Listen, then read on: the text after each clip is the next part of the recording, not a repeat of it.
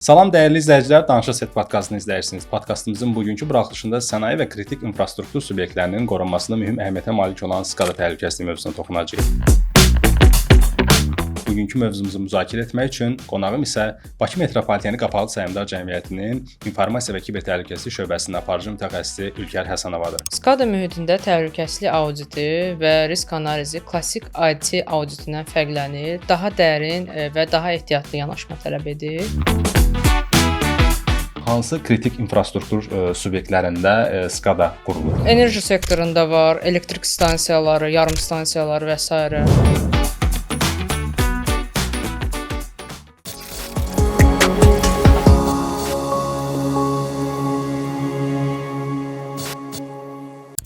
Xoş gördük. Təşəkkür edirəm məni dəvət etdiyiniz üçün podkastımıza. İştirak etmək çox xoşdur. Bugünkü gün SCADA ilə bağlı dərin mövzulara toxunacağıq. Ümidvaram izləyicilərimiz də bəyənəcək həmin podkastı izlərkən. Ülker xanım, biz də öz növbəmizdə təşəkkürümüzü bildiririk. Elə vaxt itirmədən ilk sualımızla başlayaq. SCADA nədir və hansı sahələrdə SCADA sistemləri belə deyək tətbiq olunur? SCADA özü Operational Technologies, yəni OT-nin bir əsas hissəsidir və bütün baş verən fiziki prosesləri özündə əhatə edir. OT-nin əsas məqsədi sənaye və infrastruktur sistemlərində stabillik və fasiləsiz prosesləri davam elətdirməkdir. Buraya SCADA dediyim kimi PLC-lər, HMI-lar və bir çox ayrı nasoslar, turbinlər, aktuatorlar aiddir. Və OT sistemlərin məlumatı sadəcə göstərmir, həm də fiziki dəyişiklikləri, fiziki nəticələrə gətirib çıxardır. Yəni suyun açılmasıdır. Əgər nasos sistemləri suyun dərəcəsini tənzimləyir, elektrik xəttlərinin tənzimlənməsi, zavodda baş verən kimyəvi proseslərin səviyyəsinin tənzimlənməsi və s. SCADA sistemlərin isə belə təsəvvür etmək olar. Bu böyük sənaye proseslərin beynidir və onlar həm məlumat toplayır, həm də fiziki hərəkətləri reallaşdırır. Yəni mühəndis real vaxtda nə baş verdiyini tam şəkildə analiz edə bilir. Yəni bir növ monitordan siz bu prosesləri izləmiş olursunuz. Hansı proseslər gedir, yəni daxildə hansı əməliyyatlar gedir, o az öncə vurğuladığınız detalları. Bəli.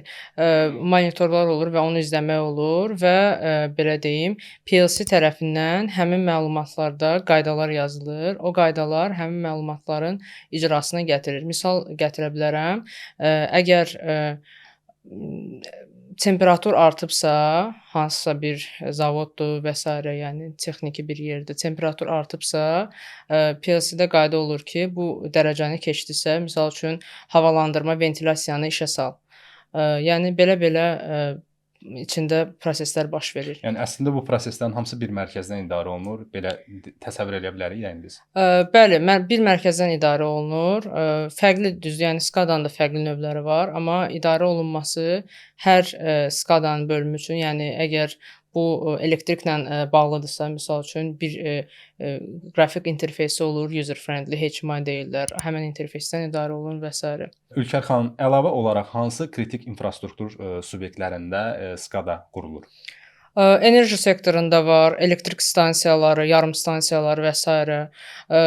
Qatar nəqliyyat yəni strukturunda var, metropolitenin özündə SCADA sistemləri, bir neçə növ SCADA sistemləri var, elektrik təchizatla bağlı, qatarın özü ilə bağlı SCADA sistemləri var. Ventilyasiya və s. yəni suyun səviyyəsinin qalxıb düşməsi ilə bağlı SCADA sistemləri var. Sonra istehsalat və fabriklərdə olur, kimya sənayesində, metallurgiyada, farmasevtikada, orada da SCADA sistemləri istifadə olunur. Şəhər infrastrukturunda, istilik sistemlərində, sonra işıqlandırmada, yol işıqlandırmasında da SCADA sistemləri istifadə olunur. İstifadə sahələrindən danışdıq, biraz da onun vacibliyindən danışaq. SCADA təhlükəsizliyi niyə bu qədər vacib sayılır ki, yəni biz bugünkü gündə bunu müzakirə edirik? Misal üçün əgər IT-dən danışsaq, IT-də hansısa bir host compromise da olsa, onu izolyasiya eləmək daha rahatdır. Amma SCADA dedikdə SCADA dayanmayan bir proses olmalıdır. Çünki onun dayanması böyük problemlərə gətirib çıxarda bilər. Elektrik kəsilə bilər, su təchizatı dayanır, metroda qatarların hərəkəti dayanır və s. Və hansısa bir problem yaşananda SCADA-da onu təhlil eləmək daha dərindir və daha çox vaxt ala bilər. Ona görə SCADA-nın təhlükəsizliyi hal-hazırdakı biz yaşadığımız zamanda daha çox mühüm rol oynayır. Ümumi olaraq anladığım qədərilə, yəni SCADA sistemlərinin təhlükəsizliyi insanların fiziki təhlükəsizliyindən tutmuş ölkə iqtisadiyyatına, yəni bir növ təsirinə qədər gedib çıxa bilər, yəni mahiyyət etibarilə. Bəli, bəli. Ülkər xanım, belə bir sualım olacaq. Hı -hı. SCADA sistemləri ilə adi IT sistemlərinin arasındakı fərq nədən ibarətdir? IT sistemlərinin arasında fərq vurğulamaq istərdim ki, nədən ibarətdir? Dediyim kimi bayaq, SCADA sistemlərində prioritet fərqi var və əsas prioritet həmin sistemlərin dayanmamasıdır. Yəni fasiləsiz işləkliyidir. IT sistemində, yəni serverdə problem yaransa, istifadəçi həmin an qoşula bilməyəcək. Ya bəzi proseslər əlbəttə ki, orada da problem yarada bilər. Amma SCADA-da elədir ki, bu birbaşa milli təhlükəsizliyə gətirib çıxarda bilər. Bu birbaşa fiziki təhlükəsizliyə gətirib çıxarda bilər. Yəni daha mühim təhlükəsizlik daha mühim rol oynamalıdır. Ülkər xanım, dediyiniz kimi protokol fərqi də burada tamamilə başqadır. Eyni zamanda avadanlığın köhnə olma məsələsi də deyəsən burada mühüm rol oynayır SCADA təhlükəsizliyində. Bəli, avadanlıqlar köhnədir və avadanlıqlar, yəni PLC qurulduqda 10-20 il fasiləsiz işləyə bilər. Yəni avadanlıqlar stabil qurulandan sonra iş prosesi 10, 15 və 20 il düşünürəm tam davam eləyir. Ona görə də yenilənmə həmin avadanlıqlarda biraz çətin olur. Çünki iş prosesinin dayanmasına gətirir, çıxardır. Ona görə bu təhlükəsizlik problemlərini gətirir, çıxardır. Adi, yəni həmin avadanlıqlarda biz şifrəni belə yeniləmək istəyəndə bu həmin an prosesin dayanmasına gətirir, çıxardır. Belə bir sual, bəs düzdür dediniz, yeniləmələr olur, patchlər olur. Bu yeniləmələr nə vaxt tətbiq olur adətən? Yəqin ki, bu işlək vaxtlarda tətbiq olunmur. Adətən iş müddətindən sonra, belə deyək də, əhalinin istifadə eləmədiyi vaxtlarda, metrodan, qatardan istifadə eləmədiyi vaxtlarda yəqin ki, bu security patchlər olur. Bəli, əhalinin istifadə eləmədiyi vaxtlarda danışılmış şəkildə, yəni onu belə istədiyimiz vaxt eləyə bilmərik. Yəni ümumiyyətlə SCADA sistemlərinin heç birisinin yenilənməsidir, ya hansısa bir dəyişikliklərə toxunanda hamısı danışılmış şəkildə əvvəldən və qeyri iş vaxtı ancaq tətbiq olunur. Ülkər xanım, istərdim ki, SCADA sistemlərinə hücumlar barədə danışaq. Burada əsas hücum vektorları nələr olub, hansı istiqamətlərə daha çox hücumlar olub və əsas motivasiyada təbii ki, bu hücumlarda nələr olub, bu barədə danışaq. Tanınmış SCADA sistemlərinə qarşı olan hücumlardan biri Stuxnet hücumudur.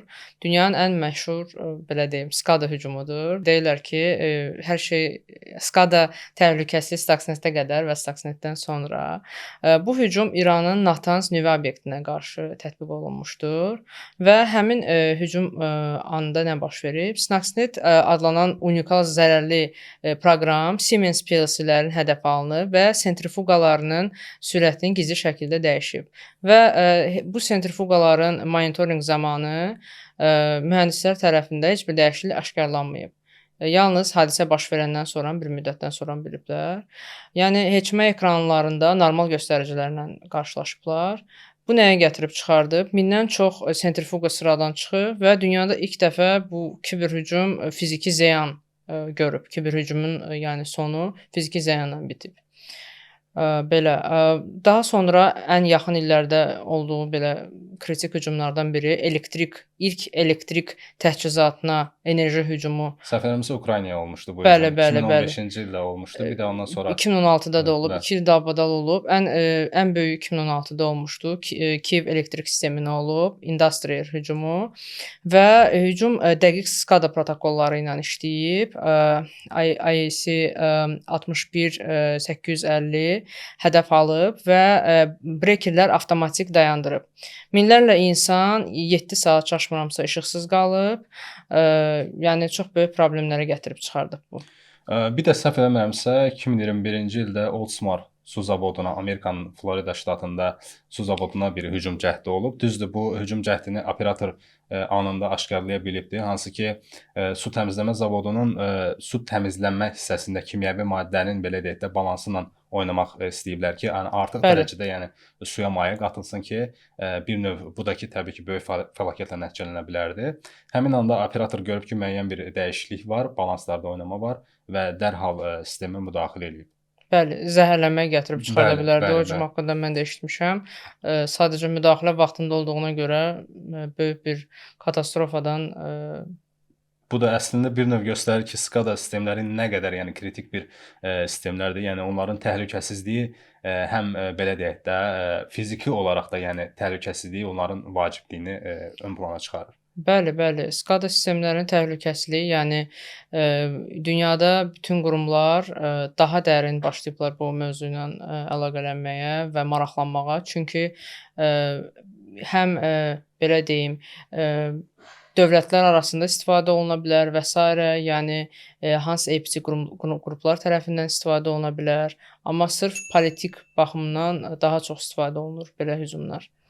Belə hücumların belə deyək də dağıdıcı tərəfi daha çox olur, təsirləri daha çox olur. Çünki bir növ insanla birbaşa əlaqəli ola bilən hücumlardır. Yəni burada hər hansısa bir resursu az öncə vurğuladığınız kimi serverə vurulan zərər kimi qiymətləndirilmir bu. Burada insan həyatının sağlamlığı da söhbət məsələsidir. Yəni bu baxımdan düşünürəm ki, SCADA təhlükəsizliyi nəinki yəni ölkəmizdə, yəni bütün dünyada vacib bir kritik əhəmiyyətə malik olan bir məsələdir. Bəli, bəli. Bütün dünyada kritik əhəmiyyətə malikdir. Düşünürəm ki, get-gedə daha bu sahədə mühəndislər yetişəcək, sırf OT təhlükəsizliyi ilə bağlı, həm bizim ölkədə, həm digər ölkələrdə ki, belə hadisələrin qarşısı alına bilsin vaxtında. Hücumlardan danışdıq. İstərdim SCADA infrastrukturlarında hansı təhlükəsizlik səhvləri olur adətən, yəni bu barədə də istərdim danışaq. SCADA infrastrukturunda olan ən böyük təhlükəsizlik səhvlərindən biri IT və OT şəbəkəsini eyni şəbəkədə istifadə olunmasıdır. Yəni IT infrastrukturundan OT infrastrukturunun bölünməməsidir. Həmin səhv nəyə gətirib çıxarda bilər? Əgər IT-də hansısa bir host tutaq ki, malware düşüb və ya compromised olub, həmin hostdakı zərərverici virus SCADA sistemlərinə keçə bilər ki, bu öz yerində çox böyük problemlərə gətirib çıxarda bilər. Əvvəl danışdığımız kimi dayanmalar və s. sistemlərin nasaz halına gəlib çıxması. Ona görə best practice IT şəbəkəsi ilə OT şəbəkəsini ümumiyyətlə ayırmaqdır və unidirectional əlaqə saxlamaqdır. IT OT-nin şəbəkəsini görə bilər, amma OT-dən IT-nin şəbəkəsinə heç bir bağlantı olmamalıdır.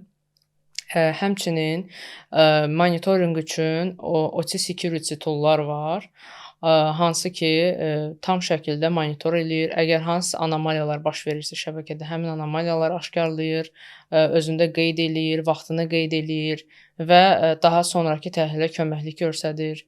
Yəni notification olmalıdır bu tool'larla bağlı. Həmin tool'lardan daha doğrusu notification gəlməlidir. Qeydiyyat aparılmalıdır ki, misal üçün bu anomaliya oldu, CM-də və s. təhlil olunmalıdır. Ülkər xanım, SCADA sistemlərinin zəifliyinə daha çox nə təsir edir? İnsan faktoru, zəif şəbəkə nəzarəti yoxsa köhnə avadanlıq? Əslində hər üçünün də təsiri var. Köhnə avadanlığın təsiri bayaq danışdığımız kimi ən böyük problemdir. Çünki bu cihazlar təhlükəsizlik üçün davamlılıq üçün yaradılıb və onlarda şifrələnmə, autentifikasiya və loqlama olmur. Loqlama olur, amma daha zəif formatda olur. Yəni insan faktoru isə OT-də o da ən kritik faktorlardan biridir. OT mühəndisin elədiyi bir dənə səhv klik ya da bir dənə səhv konfiqurasiya dayanmaya gətirib çıxarda bilər. Və zəif şəbəkə nəzarəti isə hücumun daha rahat yayılmasına səbəb olur. Bayaq da qeyd elədiyim kimi, şəbəkə nəzarət olunmalıdır, OT security toollarla və loqlanma və sairə düzgün şəkildə aparılmalıdır problemlər aradan qalxması üçün. SCADA sistemlərində təhlükəsizlik auditi və risk analizi prosesi necə həyata keçirilir? SCADA mühitində təhlükəsizlik auditi və risk analizi klassik IT auditindən fərqlənir. Daha dərin və daha ehtiyatlı yanaşma tələb edir. Çünki burada təkcə məlumatın bütövlüyü və məxfiliyi deyil, həm də real fiziki proseslərin fasiləsiz işlənməsi risk altındadır. Audit prosesi bir neçə mərhələdən ibarət olmalıdır. Birincisi bütün avadanlıqların inventarizasiyası. Biz əgər bilməsək ki, bizim şəbəkəmizdə hansı avadanlıqlar var, onlarda yaranan problemi və ya həmin aktivin riskini biz qiymətləndirə bilmərik. Ona görə mütləq şəkildə bütün assetlərin inventarizasiyası ilk olmalıdır. İkinci şəbəkə arxitekturanın analizidir. Anlamalıyıq ki, bizim hansısa OT və IT daha doğrusu şəbəkəsi bölünübmü? Bayaq qeyd elədiyim kimi bölünübsə də OT şəbəkəsində cihazların bir mikrosegmentasiya olunubmu öz aralarında ya yox. Sonra firewall qaydaları necə yazılıb, unidirectional gateway-lərlə bağlı unidirectionaldırmı connectionlar, VLAN-lara bölünübmü? Yəni məqsəd proseslər pozmadan bütün hücum səthini analiz edib başa düşməkdir. Həmin halda minimuma endirməkdir hücum səthini. Analiz prosesi barədə danışdıq. Bəs real təhlükənin anındaca, yəni müəyyən edilməsi, aşkar edilməsi mümkündürmü bu tip sistemlərdə? Real təhlükənin aşkar edilməsi adətən təəssüflər olsun ki, çox vaxt problem baş verəndən sonra olur. Amma əslində real təhlükənin aşkar edilməsi toollarla oluna bilər.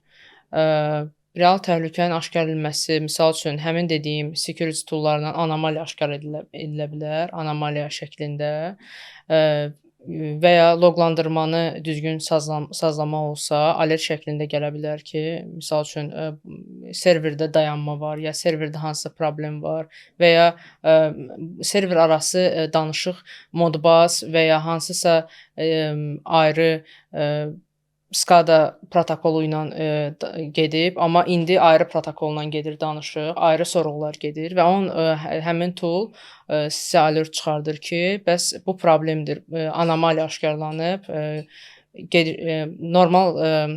normal proses budur, amma bu dəfə fərqli bir alert görürük, yəni. Bəs tutalım hadisə baş verdi. Yəni hadisə baş verəndən sonra ilk addım nə olmalıdır? Təhlil, izolyasiya yoxsa əməliyyatın davamı? SCADA sistemi üçün insident baş verəndə ilk addım heç vaxt avtomatik olaraq izolyasiya deyil. Çünki hostu izolyasiya eləsək, yəni problem yaşana bilər. Bayaq qeyd elədiyim kimi, real istehsalatda siz həmin cihazı ayıra bilmərsiniz. Qatar hərəkətinə aid olan ya da enerji xəttinə aid olan cihazı real istehsalata heç cür ayırmaq olmaz. İlk nə etmək lazımdır? Sürətli təhlil etmək lazımdır ki, problem nədir? Hadisəni başa düşmək lazımdır ki, hadisə nədən ibarətdir, niyə yaranıb? Həqiqi hücum da ola bilər və ya da konfiqurasiya səhvi də ola bilər. Bunu anlamaq lazımdır. SCADA-da yanlış siqnallar da ola bilər. Yəni ona görə tələsib sistemi izolyasiya eləmək tələsik qərar vermək bəli, lazımdır. düzgün deyil. Sonra baxmaq lazımdır ki, bu yaranmış hadisənin təsirin qiymətləndirilməsi eləmək lazımdır. Bu hadisə nəyə təsir edəcək? HMI donacaq, PLC-lərdə qəribə əgər davranış olubsa, nə etmək lazımdır? HMI donubsa, daha doğrusu nə etmək lazımdır? Komandalar cavab vermirsə nə etmək lazımdır?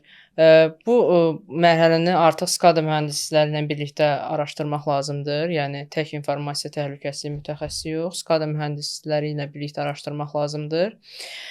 Və əgər mümkündürsə, daha sonra əgər doğrudan, yəni hadisə baş veribsə, false pozitiv deyilsə, onda izolyasiya elə aparmaq lazımdır ki, proses dayanmasın. Çünki qeyd elədiyim kimi ən əsas prosesin davamiyyətıdır. Bayaq bir məqama toxundunuz. Burada mühəndislərlə əməkdaşlıq məsələsi idi. Təhlükəsizlik komandası ilə mühəndislərin əməkdaşlığı. O proses tam olaraq necə qurulmalıdır? Əməkdaşlıq əlaqələri dedikdə, ilk yəni SCADA mühəndisi ilə kritik infrastrukturda informasiya təhlükəsizliyinin yaxşı münasibəti olmalıdır, həmişə deyirəm. Çünki problem yaranan anda onlar birlikdə oturub problemi araşdırmalıdırlar və həmin araşdırma sonunda anlaşılsa ki, problem həqiqətən doğrudan insident olub, false pozitiv deyil ya da SCADA mühəndisinin səhvi deyil, onda təhlükəsizlik daha sonra qeyd elədiyim kimi izolyasiya prosesinə keçir və şübhəli əgər kompüter kompromayz olubsa, kompüter izolyasiya eləyir, şəbəkədən çıxardır. Amma heç bir halda PLC və ya kritik cihazı söndürmək, yəni Bir növ davamlılığı bəli, dayandırmaq bəli, lazımdır. davamlılığa gətirib çıxardır. Davamlılığın dayandırılmasını gətirib çıxardacaq. Əgər insident həqiqətən baş veribsə, ilk olaraq prosesi sabitləşdirmək lazımdır. Yəni hər şey stabil vəziyyətdə işləməlidir. Ülkər xanım, hücumlardan danışdıq. Təbii ki, bunun belə deyək də daxili təhdidlər hissəsi də var. SCADA sistemlərində daxili təhdidlər real risklidirmi? Bəli, düşünürəm. Çünki SCADA mühəndislər həmin sistemlərdə çox böyük imtiyazlara malikdir. Bəzi yerlərdə fiziki giriş çox vaxt zəif nəzarət olunur həmin mühəndislərin sistemlərə, ya da sistemlərin audit loqları izlənmir və tək mühəndis ya bilərək, qəsdən ya da bilməyərək böyük zərər verə bilər. Ona görə mühəndislərin həmin cihaza icazəsi düzgün verilməlidir. Yəni SCADA sistemlərində operator olur və administrator olur. Operatora yalnız read-only icazələr verilməlidir. Administratora dəyişiklik icazələri verilməlidir və mütləq şəkildə auditing loqları yandırılmalıdır həmin stirdə, audit olmalıdır və administratorun elədiyi hər bir dəyişikliyi biz görməliyik ki, belə daxildən problemlər yaranmasın. Sonra yəni least privilege, USB bloklama, fiziki giriş nəzarəti, Əlavə autentifikasiya metodları. Bəli, əlavə autentifikasiya metodları, misal üçün VPN yandırmaq olar daxildən qoşulanda və MFA istifadə edə bilərlər. Onunla özünü təsdiqləyə bilərlər. Loqların CM-də toplanması, yəni belə. Ülkər xanım, SCADA sistemlərinin inventarlaşdırılması və aktivlərin izlənməsi məsələsində də istərdim toxunaq. SCADA sistemlərində inventarlaşdırılma olmadan təhlükəsizlik mümkün deyil. Çünki biz bilə bilmərik, gizli aktivlər ola bilər və onlar təhlükə daşıya bilər. Misal üçün, hansısa bir mühəndisin internetə qoşulan laptopu, misal üçün Allroom-dan çıxıb internetə qoşulan laptopu ya da hansısa köhnə bir PLC, hansının ki patch management heç vaxt aparılmayıb və ya hansısa bir serial bağlantı ya qoşulmuş bir USB, yəni çox şeyləri, nüansları hamısına diqqət eləmək lazımdır bu barədə. Zəifliklər hamısı xəritələşdirilməlidir, yəni qeyd olunmalıdır. Hansı cihaz, hansı firmware-dədir, hansında zəif protokollar aktivdir və insident zamanı dediyim kimi sürətli reaksiya vermək lazımdır. Hadisə baş verəndə bilmək lazımdır ki, hansı PLC hansı switch-ə gedir, hansı VLAN-dadır. Bunları dəqiq bilmək lazımdır. Ona görə mütləq şəkildə inventarizasiya olmalıdır. Hər şey qeyd olunmalıdır. Bütün SCADA cihazlarından tutmuş şəbəkə və IC cihazları SCADA-ya aid hamısı qeyd olunmalıdır daxildə. Bu əsasən monitorinq belə deyək də prosesini asanlaşdırmaq üçün yəqin tətbiq olunur ki, inventarlaşdırma olmadan bu təbii ki biraz qeyri-mümkün olar. Bəli, həm monitorinq prosesi, həm də daha sonra əgər hansısa dəyişikliklər olacaqsa, onun icrası üçün həm şəbəkə topologiyası olmalıdır gözümüzün qabağında, həm sistemlərin yerləşməsi həmin şəbəkə topologiyasında olmalıdır ki, sistemlər necə işləyir, bir-birlərinin arasında necə danışır, kommunikasiya necə baş verir ki, hansısa problem də yarananda həmin an daha qısa zamanda təhlil etmək olsun problemi. Ülker xanım, süni intellekt də yəni günümüzün mövzusudur. Süni intellekt və avtomatlaşdırma SCADA sistemlərinə gələcəkdə təsiri necə olacaq? AI düşünürəm, anomaliyalarını daha ağıllı aşkarlaya bilər. Yəni düzdür, bu eyni anda riskə gətirir, çıxardır. AI ilə hücumlar daha ağıllı ola bilər. OT məlumatların AI sistemlərinə ötürülməsi yeni hücum səthi yarada bilər. Avtomatlaşdırma səhvləri real istehsalata təsir edə bilər. Çünki AI düşünürəm həmin anomaliyalar aşkarlaması və gələcəkdə bəlkə həmin anomaliyalara cavab verməsi problemlərə gətirib çıxarda bilər. Sistemin davamiyyətinin pozulmasına gətirib çıxarda bilər. Təhlükəsizlik avtomatlaşdırması mühəndislərin müdaxiləsinin gözləmədən mənim fikrimcə riskdir. Çünki burada bir növ insan həyatı sağlamlığı söz məsələsidir ki, Bəli. burada belə deyək də, süni intellekt qərar verəndə bir növ insan monitorinqindən keçəcək. Yəni yekun mərhələdə yenə də yəni insan qərarı düşünürəm ki, burada vacibdir ki, Bəli. yəni süni intellekt bəzən kodlaşdırma yolunun səhv qərar da verə bilər. Bəli. Yəni bu da böyük nəticələrə səbəb ola bilər təbii ki. Bəli, yəni bəzi mənbələr predikt edir ki, bunun plusları daha çox olacaq, yəni pozitiv cəhətləri daha çox olacaq. Amma mənim zənnimcə SCADA sistemlərini çıxartmaq atak vektoru daha da böyüdəcək. Yəni yenə də insan faktoru, insan nəzarəti, yəni burada belə desək vacibdir. Bəli, mənim zənnimcə vacibdir və gələcək bir çox il vacib də olacaq insan faktoru. Ülker xanım, Azərbaycanda SCADA təhlükəsizliyinin inkişaf perspektivini necə görürsüz? Azərbaycanda SCADA təhlükəsizliyi sürətlə inkişaf edir və bu yaxın illərdə daha da böyüyəcək. Bunun bir neçə səbəbi var. Enerji, nəqliyyat, sonra metro, su təsərrüfatı kimi sahələr aktiv rəqəmsallaşır və bu rəqəmsallaşma yeni atak vektorunun böyüməyini gətirib çıxardır. Onun qarşısını almaq üçün SCADA təhlükəsizliyi kritik infrastrukturlarda mühüm rol oynayır. Dövlət tərəfindən OT təhlükəsizliyi üzrə tədbirlər və tələblər güclənir. Yerli mütəxəssislər artıq beynəlxalq standartlara uyğun işləməyə başlayır. Yəni OT təhlükəsizliyi, sırf OT təhlükəsizliyi ilə məşğul olan mütəxəssislərimizin sayı artır və Azərbaycan bazarında da bir çox sırf OT ilə bağlı təhlükəsizlik toolları artıq təklif olunur və tətbiq olunur dövlət qurumlarında. Yəni düşünürəm ki, gələcəkdə sırf OT ilə bağlı kiber təhlükəsizlik mütəxəssislərinin sayı bizdə də, xaricdə də mühüm artım olunacaq. Çünki bayaq qeyd elədiyimiz kimi yeni mövzular və yeni trendlər gəlir, AI və s. və bu yeni trendlər daha ağır cyber threat-lərə gətirib çıxardır. Onun qarşısını almaq üçün daha güclü və daha yeni və daha güclü mütəxəssislərimiz lazımdır. Ülker xanım, təbii ki, bizi burada gənclər də izləyir. Bu OT sahəsinə, yəni operational texnologiya sahəsinə, avtomatlaşdırma sahəsinə yönəlmək istəyən gənclərə hansı tövsiyələr verərdiniz? Onlar üçün də bir motivasiya mənbəyi olsun.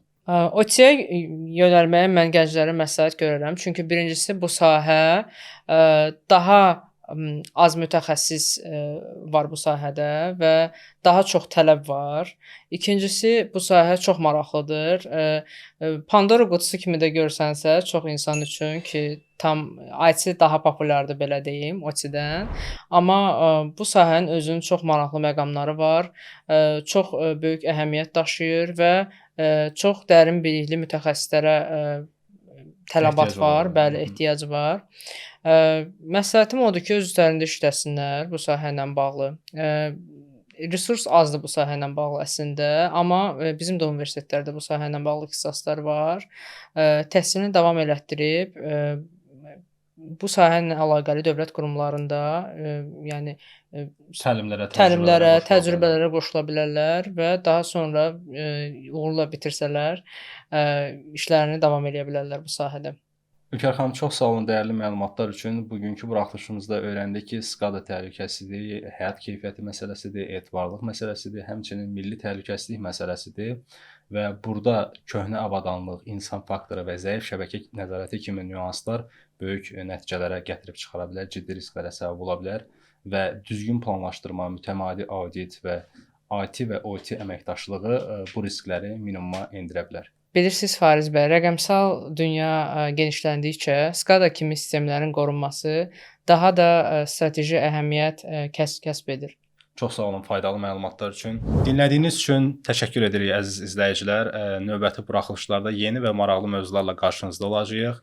Videomuzu bəyənməyi və kanalımıza abunə olmağı unutmayın. Təhlükəsiz qalın.